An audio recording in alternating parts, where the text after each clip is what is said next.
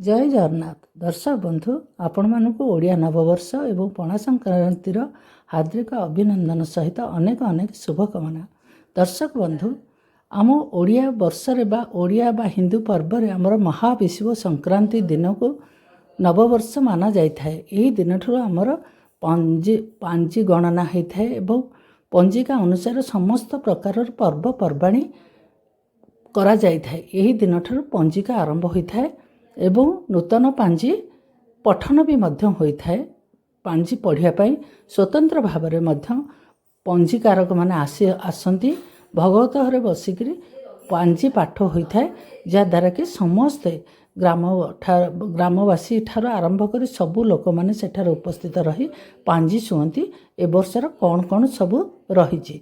सेपरी यही चैत्र मास प्रमुख पर्व मानक मध्य जेपरी चैत्र मंगलवार एवं पणा संक्रांति व महाविषुव संक्रांति को बड़ आकार में पालन करा जाय थाए। यही पणा संक्रांति व विषुव संक्रांति दिन पणा यात्रा मध्य करा जाय थाए एवं झामु यात्रा मध्य दंड नाच ये सबूर आयोजन होता है। यही चैत्र मासरे यही पणा संक्रांतिर दिन को झामु यात्रा करा जाय थाए। सबु ग्राम रे यह थाए प्राय केउठारे केउ प्रकार होता है, किंतु झामु यात्रा बा पणा यात्रा रही थाए। यही पणा यात्रा दंडुआ माने से माने 21 दिन धरी पानी तोड़ती, किए से तो 9 दिन धरी बा 7 दिन धरी यही प्रकार पानी तोड़ी थांती। पानी तोड़ी सारला परे से मानकर प्रक्रिया आरंभ हो जाय थाए।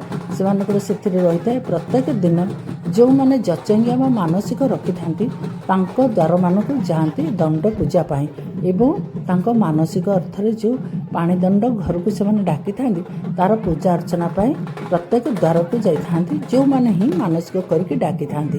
सेही परि प्रत्येक राति रे से माने द्वार द्वार बुली नाच करि थांती दंड नाच। एथिपाई जो द्वार को जिबे सेठारे किछि से माने पैसा मध्य दंड नाच पाई प्रदान करि थांती।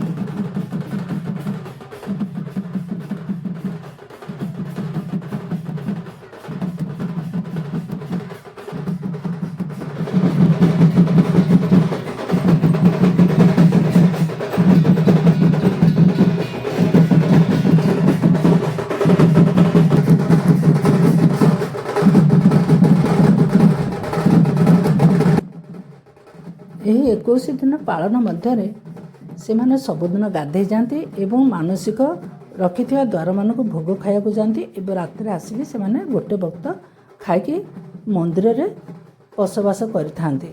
किंतु पणा संक्रांति दिन शीघ्र से दिन गाधे सारला परे से माने तांकर वेशभूषा हो सारला परे ग्राम परिक्रमा करिथांती। ग्राम विभिन्न देवी मानक पाखरे अनुष्ठित होइतिबा झामु से सब प्रथम करी आगर छोट छोट मंदिर जो झामु होती चली सारला परे कालिका झामु चलने को जाती।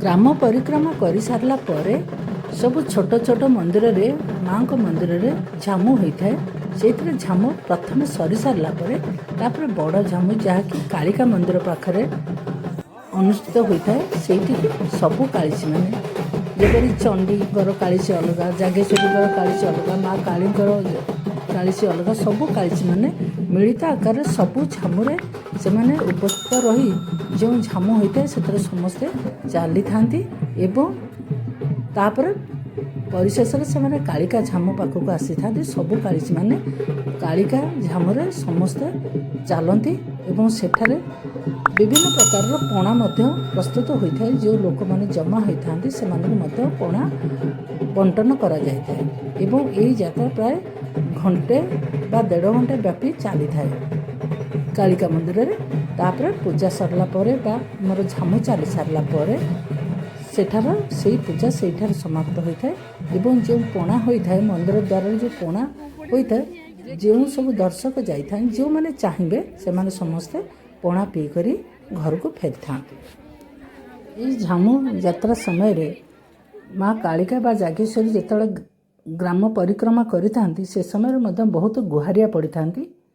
ସେମାନଙ୍କର ଯାହା କିଛି ମନବାଞ୍ଛିତ ରହିଥାଏ ବା ମନସ୍କାମନା ରହିଥାଏ ସେମାନେ ଗୁହାରିଆ ପଡ଼ିଥାନ୍ତି। ଆଉ ସେମାନଙ୍କୁ ମା କାଳୀ ଯେତେବେଳେ ଉଭା ହୋଇକି ଯାଉଥାନ୍ତି ଦାଣ୍ଡ ମଝିରେ ତାକୁ ଉଠେଇ ସେମାନଙ୍କୁ ଯାହା କହିବାର ଥାଏ କହିଦିଅନ୍ତି। ତାଙ୍କର କାମ ହୋଇପାରିବ କି ନ ହୋଇପାରିବ ଏ ବିଷୟରେ ତାଙ୍କୁ କହିଦିଅନ୍ତି। ସେହିପରି ମଧ୍ୟ ସେଇ ଝାମୁ ଯାତ୍ରାରେ ମୁଆଁ ଏବଂ ଆମ୍ବ ବିଭିନ୍ନ ପ୍ରକାରର ଫଳ ମଧ୍ୟ ସବୁ ଦର୍ଶକମାନଙ୍କ ଉପରକୁ ଫିଙ୍ଗା ଯାଇଥାଏ ସେମାନେ ଏହି ଭୋଗ ପାଇବା ପାଇଁ।